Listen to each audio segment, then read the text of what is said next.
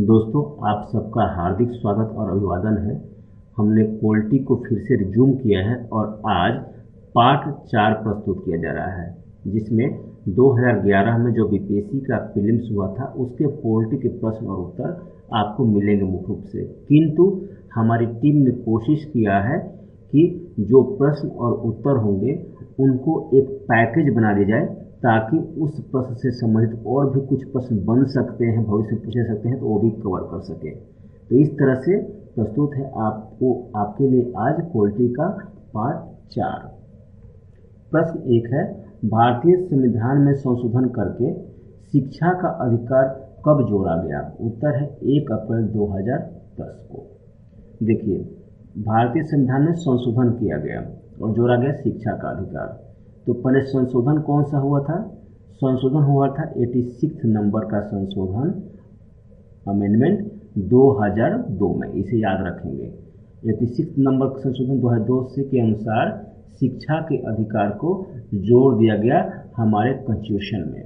लेकिन वह शिक्षा का अधिकार, इंग्लिश में कहें तो right to education, right to education RTE, यह RT प्रभाव में आया है 1 अप्रैल 2010 से।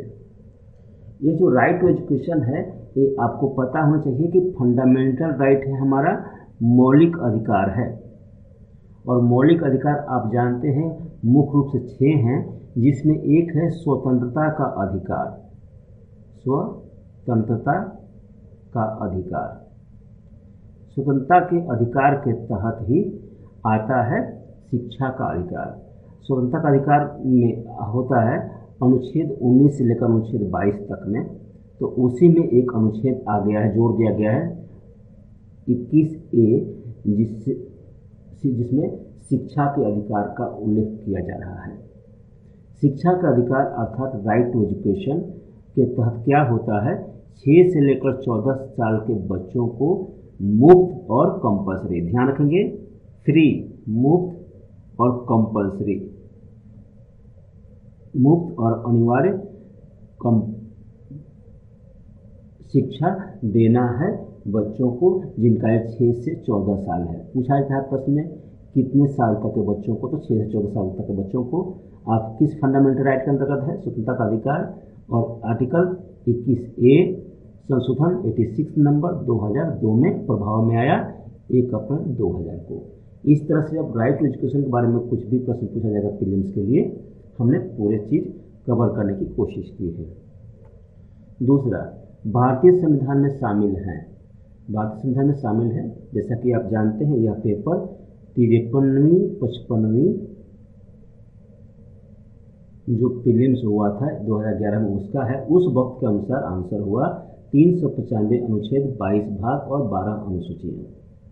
लेकिन वर्तमान में इसमें अभी लगभग 448 आर्टिकल्स, अनुच्छेद को आर्टिकल्स बोलते हैं, और 25 भाग, पार्ट्स, भाग को पार्ट्स बोलते हैं, और 12 शेड्यूल्स हैं हमारे संविधान में, प्लस 5 अनुबंध भी हैं, जिसे अंग्रेजी में अपेंडिसेस बोलते हैं। तो इस तरह से हमारे संविधान में वर्तमान में जितने हैं, यह लगभग है। जो लिखित मिला है लेटेस्ट 448 वह दिया है आपके सामने। 448 या इससे अधिक हो सकता है अनुच्छेद, लेकिन भाग 25 है, अनुसूचियाँ 12 है, और जो अनुबंध है 5 है। प्रश्न 3 पढ़ाते हुए, राज्यसभा में होते हैं। राज्यसभा में कुल 250 सदस्य होते हैं, ये आप जानते हैं। लेकिन वर्तमान में राज्यसभा में केवल 245 सदस्य हैं। इन 245 सदस्य में से 12 सदस्यों को राष्ट्रपति मनोनीत करते हैं। 12 सदस्य कौन होते हैं? जो कला के क्षेत्र में, साहित्य के क्षेत्र में, विज्ञान के क्षेत्र में, समाज सेवा के क्षेत्र में, सहकारिता का क्षेत्र में, ये सब जो अच्छे लोग, वरिष्ठ लोग होते हैं, इनको हमारे राष्ट्रपति मनोनीत करते हैं, जो 12 सदस्य होते हैं। इस तरह से 245 में से 12 करके 233 सदस्यों का चुनाव किया जाता है। तो राज्यसभा में कुल कितने सदस्य होते हैं? तो 250 सही है, लेकिन वर्तमान में 245। तो ऑप्शन रहे 245, तो आप 245 करेंगे। अगर दोनों रहे तो आप प्रश्न ठीक से पढ़ कर करेंगे कि कुल सदस्य कितने हैं या वर्तमान में कितने सदस्य हैं। प्रश्न आगे बढ़ते हैं, 4 पे पहुंचते हैं। संविधान को 26 जनवरी को लागू करने का निर्णय इसलिए लिया गया क्योंकि 26 जनवरी को ही संविधान क्यों लागू हुआ, एक प्रश्न कहा जा रहा है। क्यों हुआ है, उत्तर दिया है। उत्तर देने से पहले हम बातें देख लेते हैं। देखिए, संविधान हमारा बन गया था 26 नवंबर 1946 को। 26 नवंबर 1946 को हमारा संविधान बन के तैयार हो गया था। नहीं, इतना ही नहीं, पारित हो गया था इस तिथि को। संविधान हमारा 26 नवंबर 1946 को पारित हो गया था, अर्थात हम 26 नवंबर या उसके किसी भी तिथि को लागू कर सकते थे, किंतु हमने संविधान को 26 नवंबर को लागू नहीं किया। हम 2 महीने वेट किए और 26 जनवरी 1950 को हमने लागू किया अपना संविधान। कारण क्या था? कारण था क्योंकि लाहौर में अधिवेशन हुआ था कांग्रेस का। लाहौर में अधिवेशन हुआ था 1929 में। आपको पता है लाहौर रावी नदी के किनारे है। तो अधिवेशन हुआ था जिसकी अध्यक्षता जवाहरलाल नेहरू ने की थी और उसमें पारित हुआ था प्रस्ताव पूर्ण स्वराज का। याद रखेंगे, यह इतिहास में पूछा जाता है बार बार कि पूर्ण स्वराज का प्रस्ताव किस अधिवेशन में पारित हुआ था। तो उत्तर होगा लाहौर अधिवेशन में पूर्ण स्वराज का प्रस्ताव पारित किया गया था, लाहौर अधिवेशन। और यह अधिवेशन था कांग्रेस का 45वां अधिवेशन, 45th सेशन। अधिवेशन को सेशन बोलते हैं इंग्लिश। वहाँ पूर्ण स्वराज की घोषणा का प्रस्ताव पारित हुआ था और कहा गया था कि 1930 में हम मनाएंगे 26 जनवरी को। 1930 में 26 जनवरी को हम मनाएंगे स्वतंत्रता दिवस। इसलिए ही हमने क्या किया कि 26 जनवरी 1950 को हमने लागू किया अपना संविधान। प्रश्न पे देखते हैं फिर से। संविधान को 26 जनवरी को लागू करने का निर्णय इसलिए लिया गया क्योंकि कांग्रेस ने इस तिथि को 1930 में स्वतंत्रता दिवस के रूप में मनाया था। इस तिथि को मतलब 26 जनवरी को। तो आपको बातें पूरी स्पष्ट हो गई क्यों मनाया था और क्यों लागू हुआ 26 जनवरी 1950 को हमारा कॉन्स्टिट्यूशन। प्रश्न 5, लोक लेखा समिति अपनी रिपोर्ट प्रस्तुत करती है। लोक लेखा समिति का अंग्रेजी पहले देखिए, पब्लिक अकाउंट्स समिति का कमेटी, शॉर्ट में क्या हो जाएगा, PAC। लोक लेखा समिति अपना रिपोर्ट किसे प्रस्तुत करती है? उत्तर तो आपके सामने है, उत्तर लोकसभा स्पीकर को। क्यों करती है? क्योंकि इस समिति को लोकसभा स्पीकर ही बनाता है। स्पीकर ऑफ लोकसभा या लोकसभा स्पीकर, हिंदी में अध्यक्ष। लोकसभा स्पीकर ही गठित करता है इस कमेटी को, जिसका कार्यकाल 1 साल का होता है। 1967 से एक परंपरा स्थापित हो गई है कि जो भी इस PAC का अध्यक्ष होगा, परंपरा के अनुसार अध्यक्ष जो भी होगा वह विपक्षी दल का ही कोई नेता होगा। विपक्ष के पार्टी से ही होगा PAC का अध्यक्ष। तो जो पार्टी शासन में है उस पार्टी का कोई भी नेता इसका अध्यक्ष नहीं हो सकता है और कोई मंत्री तो बिल्कुल ही नहीं हो सकता है। PAC एक लोकसभा, डेफिनेटली आपने देखा लोकसभा स्पीकर को। कभी कभी पूछा जाता है प्रश्न कि PAC किसकी समिति है, लोकसभा की कि राज्यसभा की? तो इसका उत्तर होगा लोकसभा की, क्योंकि लोकसभा स्पीकर ही इसके गठित करते हैं। तो लोकसभा की यह समिति है। इसमें पूरे 22 मेंबर्स होते हैं। इसमें पूरे 22 मेंबर्स होते हैं PAC में, और 22 मेंबर्स में से थोड़ा सा अमेंडमेंट करते हैं। PAC जो होती है पब्लिक अकाउंट्स कमेटी, मैंने कहा लोकसभा डेफिनेटली गठित करता है, लेकिन इस 22 मेंबर्स में से 15 मेंबर्स लोकसभा से और रिमेनिंग 7 मेंबर्स राज्यसभा से होते हैं। तो आप अब समझ रहे हैं, फिर से समझ लीजिए। पीएसी पब्लिक अकाउंट्स कमेटी गठन करते हैं, इसका स्पीकर 1 साल के लिए, अध्यक्ष होता है विपक्षी दल का कोई नेता, सदस्य की संख्या होती है 22 और इनमें से 15 लोकसभा से, 7 राज्यसभा से। इनका काम क्या होता है? तो सीएजी अपना रिपोर्ट सबमिट करती है, controller and audit general of India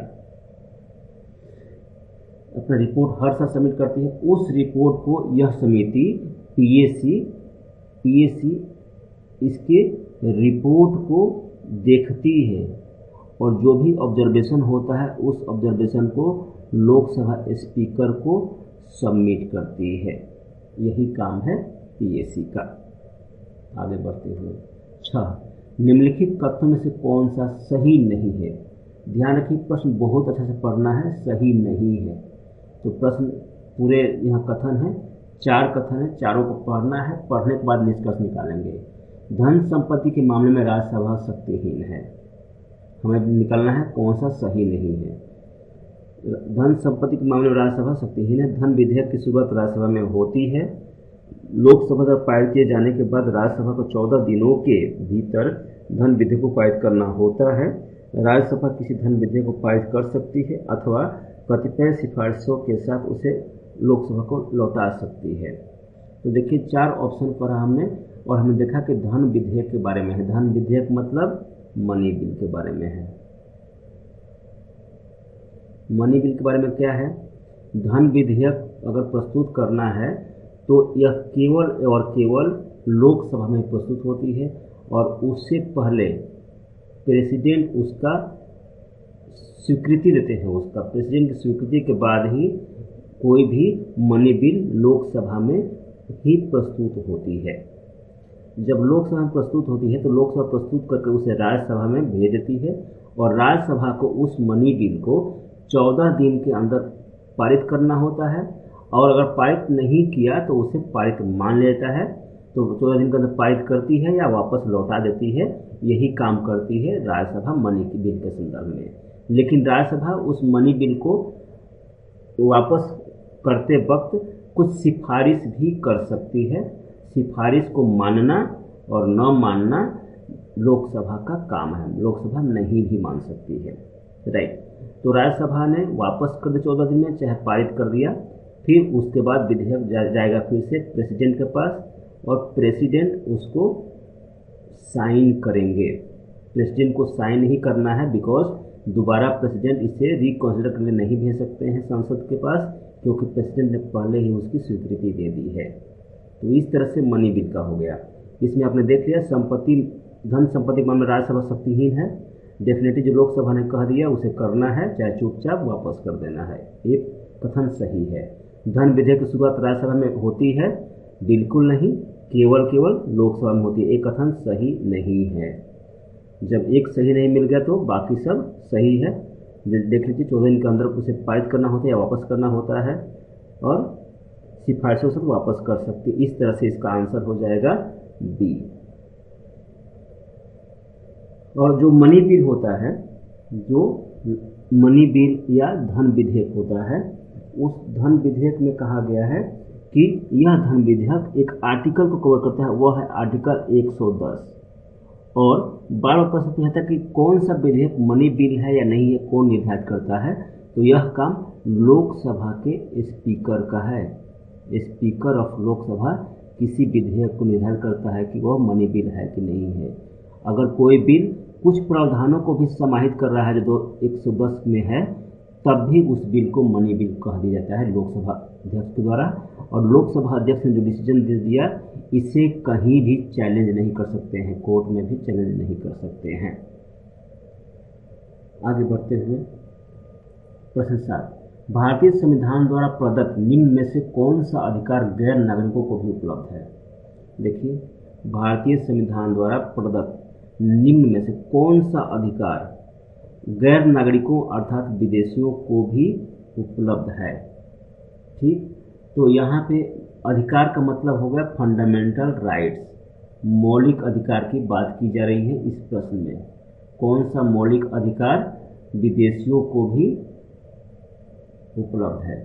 पहले देखिए, जो मौलिक अधिकार है, मैंने कहा पहले बताया था कि मूल रूप से मौलिक अधिकार जो हमारे पास है वह 6 है। उसके अंतर्गत उसके अंदर भी बहुत से अधिकार हैं, जैसे कि हमने स्वतंत्रता का अधिकार पढ़ा था कि 19 से लेकर 22 तक में होता है, जिसके अंतर्गत 21A में आया था राइट टू एजुकेशन। तो मौलिक अधिकार जो हमारे नागरिकों को, केवल हमारे नागरिकों को प्राप्त हैं, मैं उसको लिख रहा हूँ, उसको देखिए ध्यान से। जो अधिकार हमारे नागरिकों को प्राप्त है, विदेशियों को नहीं प्राप्त है। भेदभाव के विरुद्ध अधिकार पहला है, नीचे लिख देता हूँ, भेदभाव के विरुद्ध अधिकार। दूसरा है, भेदभाव के विरुद्ध अधिकार हो गया, इसका आर्टिकल का अगर नाम ले लें हम तो आर्टिकल 15 के अंतर्गत आ जाता है भेदभाव के विरुद्ध अधिकार। दूसरा हो जाएगा अवसर की समानता का अधिकार, अवसर की समता चाहे समानता का अधिकार, इसका आर्टिकल बता रहा हूँ। इसमें पूरे 2 हो गया। तीसरा नंबर हो जाएगा संस्कृति और शिक्षा का अधिकार, संस्कृति एवं शिक्षा का अधिकार, रिपीट कर देता हूँ। फिर है भाषण और अभिव्यक्ति का अधिकार, भाषण व आप जानते हैं ये सब मौलिक अधिकार है हमारे हैं का अधिकार।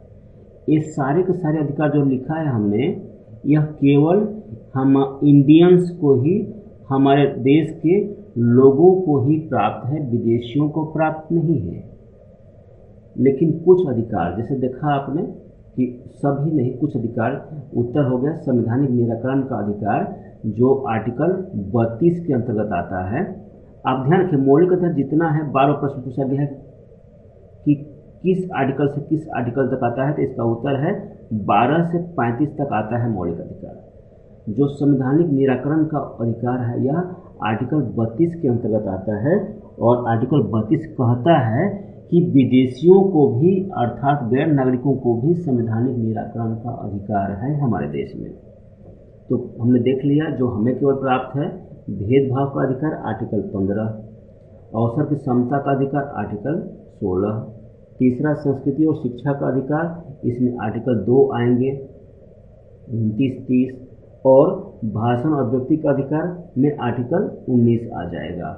तो प्रश्न हो सकता है, नाम न लिखकर आर्टिकल है तो बोले कौन सा इसमें आर्टिकल, यहाँ 32 नंबर भी दे दे और ऑप्शन 4 दे दे, बोले कि इसमें से कौन सा विदेशियों को प्राप्त है, तो उत्तर हो जाएगा 32 नंबर संवैधानिक निराकरण का अधिकार। बढ़ते हुए आगे, किस अनुच्छेद के अनुसार भारत के राष्ट्रपति द्वारा राष्ट्रीय आपातकाल की घोषणा की जाती है? आप जानते हैं आपातकाल घोषणा राष्ट्रपति ही करते हैं, तो किस अनुच्छेद के द्वारा राष्ट्रीय आपातकाल की घोषणा होती है? उत्तर तो आपने देख लिया है, अनुच्छेद 352 के तहत, लेकिन इसको समझते हैं आपातकाल के बारे में। देखिए, आपातकाल हमारे देश में मूल रूप से 3 है। एक राष्ट्रीय आपातकाल जो आपने देख लिया, राष्ट्रीय आपातकाल। दूसरा हो जाएगा राष्ट्रपति शासन, राष्ट्रपति शासन। तीसरा हो जाएगा वित्तीय आपातकाल। तो ये 3 तरह के मूल रूप से आपातकाल हमारे देश में है। एक और है जिसकी चर्चा नहीं करेंगे, कभी कभी किसी कोई राज्यपाल रिपोर्ट सबमिट करते हैं कि पार्टिकुलर राज्य की, राज्यपाल जब रिपोर्ट सबमिट करते हैं कि किसी राज्य विशेष हमारे बातों को नहीं मान रहा है, संविधान के अनुसार नहीं चल रहा है, उस वक्त भी राष्ट्रीय शासन लागू हो जा रहा है, लेकिन उसकी चर्चा अभी नहीं करते हैं और नहीं करेंगे आज। तो इस तरह से मूल रूप से आपातकाल तीन है, एक राष्ट्रीय आपातकाल, दूसरा राष्ट्रपति शासन, तीसरा वित्तीय आपातकाल। तो इसमें जो पहला है इसका आर्टिकल हो जाएगा 352, ये बार बार पूछा था एग्जाम में। दूसरा का आर्टिकल इसमें 4 जोड़ दीजिए 356, और तीसरा में भी 4 जोड़ दीजिए तो 360। जो भी आपातकाल की बातें हैं, हमने देखा कि पूरे 25 सूचियां हैं संविधान में, शुरू में पढ़ लिया था। तो आपातकाल के उपबंध जितने हैं आपातकाल का, यह सूची 18 में है। और सूची 18 में ये ध्यान रखेंगे, आपातकाल के उपबंध है। जिस तरह से फंडामेंटल राइट्स, मौलिक अधिकार की हम बात कर रहे हैं, मौलिक अधिकार का जो उपबंध है सूची 3 में है, वैसे ही आपातकाल का उपबंध सूची 18 में है। उसमें दिया गया है कि 352 कब लगाना है, 356 कब लगाना है, 360 कब लगाना है। कहा गया है कि जब राष्ट्रपति को लगेगा कि हमारे देश में या किसी भाग में खतरा है, खतरा किस चीज़ से, अगर खतरा है, अगर युद्ध हो गया या सैनिक विद्रोह हो गया,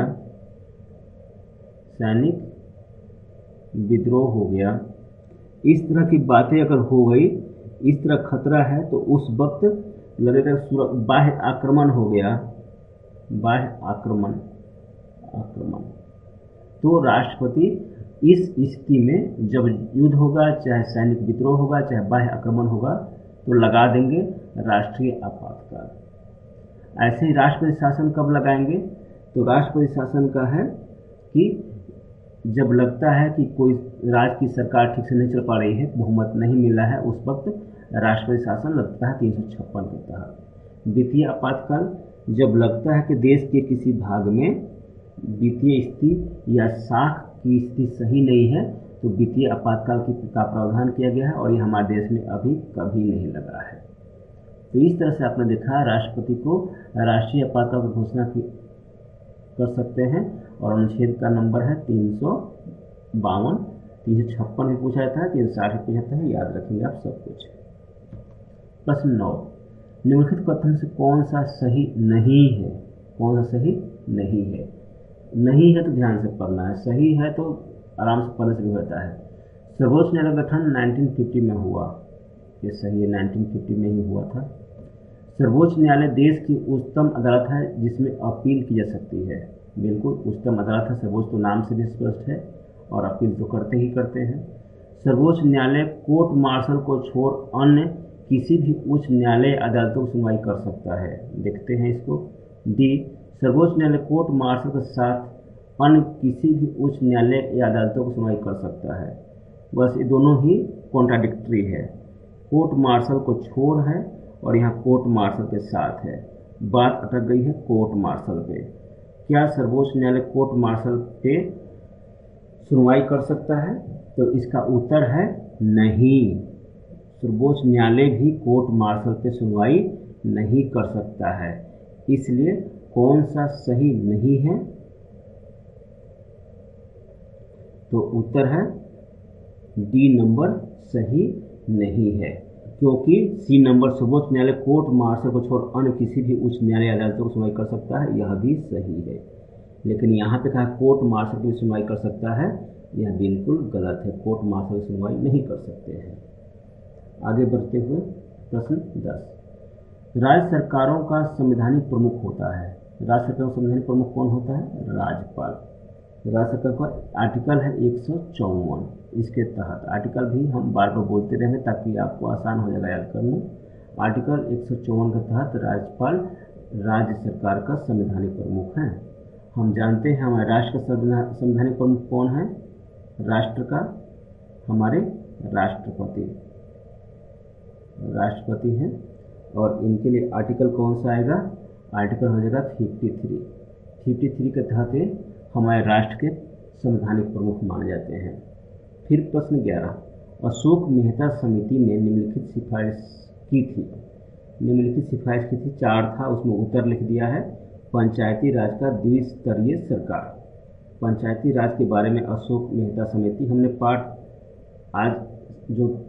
1 से लेकर 3 तक में देखा है, बार बार जिक्र किया है अशोक मेहता समिति का बलवंत राय मेहता समिति का, ये सब पंचायती राज से संबंधित है। तो अशोक मेहता समिति ने सिफारिश की थी कि जो पंचायती राज है वह 2 स्तरीय होनी चाहिए। यह इस समिति की बात को सरकार ने नहीं माना था। फिर भी एग्जाम में क्या क्या बातें थी अशोक मेहता समिति की बार बार पूछी जाती है। थोड़ा सा इस पर देख लेते हैं अशोक मेहता समिति के बारे में। अशोक मेहता समिति का गठन हुआ था 1977 में, गठन हुआ था 1977 में गठन। फिर इसमें सदस्य थे पूरे 13 सदस्य थे। अशोक मेहता इसके अध्यक्ष थे। इस समिति ने अपना रिपोर्ट 1 साल बाद सबमिट किया और 78 में किया, और पूरे सिफारिशें जो दी इसने 132 सिफारिशें दी। इस समिति ने सिफारिशें दी 132। सरकार ने जो इनका सिफारिश में एक था कि स्तरीय सरकार बने, ग्राम पंचायत हो, और इनका सिफारिश था कि ग्राम स्तर पर ग्राम पंचायत हो और जिला परिषद और डिस्ट्रिक्ट स्तर पे इस तरह का 2 ही था। जो ब्लॉक वाला हमारा भी चलता है इसको इन्होंने नहीं सिफारिश दिया था। तो इनके सिफारिश को अपर्याप्त माना गया और सरकार ने इनके रिपोर्ट को नहीं माना, प्रभाव में यह रिपोर्ट नहीं आया। लेकिन आप याद रखेंगे कि अशोक मेहता समिति ने क्या मुख्य सिफारिश दी थी? द्विस्तरीय सरकार। आगे भारत में योजना आयोग की स्थापना किस वर्ष हुई थी? 1950 में। आप जानते हैं योजना आयोग अब हमारे देश में नहीं है। योजना आयोग हमारे देश से खत्म हो चुका है और खत्म होने की तारीख है इसकी 13 अगस्त 2014 को यह खत्म हो गया योजना आयोग हमारे देश से। प्रधानमंत्री ने घोषणा कर दी थी। योजना आयोग के बारे में अगर हम बात करते थोड़ा सा, तो जब योजना आयोग था तो उसके अध्यक्ष प्रधानमंत्री होते थे और योजना आयोग को कहते थे सुपर कैबिनेट। सुपर कैबिनेट कहते थे योजना आयोग को। अब योजना आयोग जब भंग हो गया तो 1 जनवरी 2015 को इसके जगह पे आया नीति आयोग। नीति आयोग, नीति का फुल फॉर्म हो गया नेशनल इंस्टीट्यूशन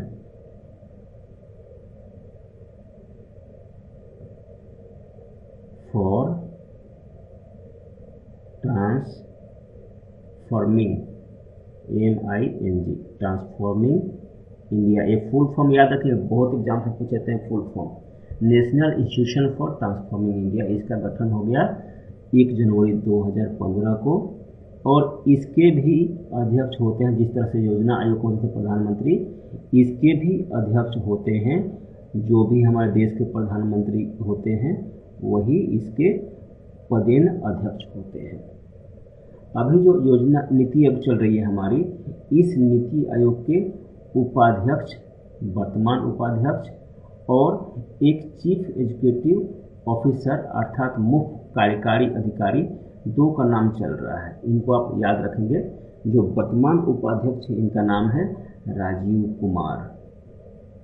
राजीव कुमार ये हैं नीति आयोग के वर्तमान उपाध्यक्ष। अध्यक्ष तो PM हैं नरेंद्र मोदी, उपाध्यक्ष ही होंगे।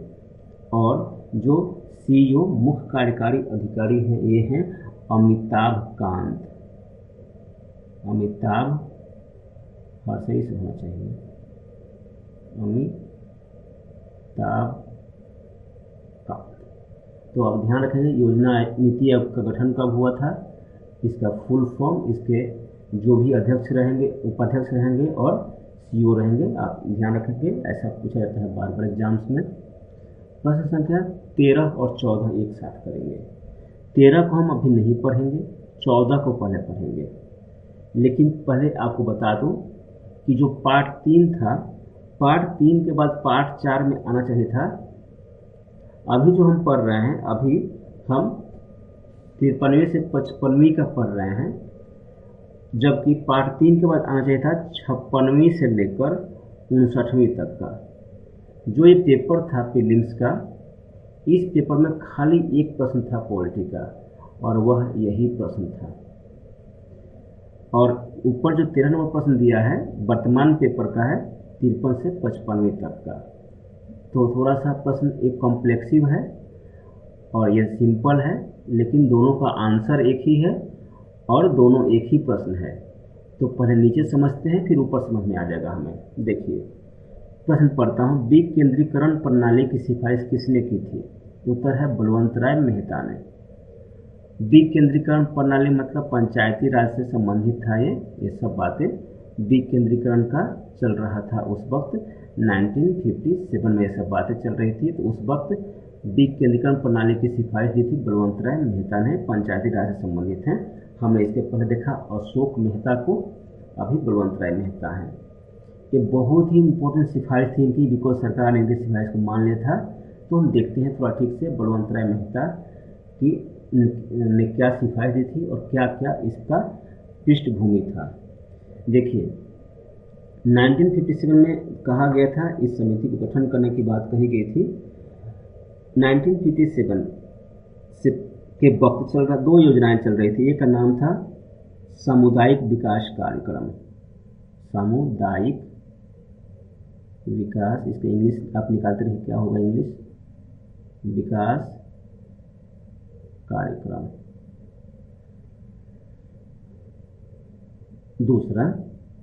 दूसरी योजना चल रही थी राष्ट्रीय विस्तार सेवा, इसकी भी इंग्लिश सोचते रहिए आप, विस्तार सेवा। ठीक, 2 योजनाएं चल रही थी। जो सामुदायिक विकास कार्यक्रम था यह 1952 की योजना थी और राष्ट्रीय विस्तार सेवा जो योजना थी 1953 की।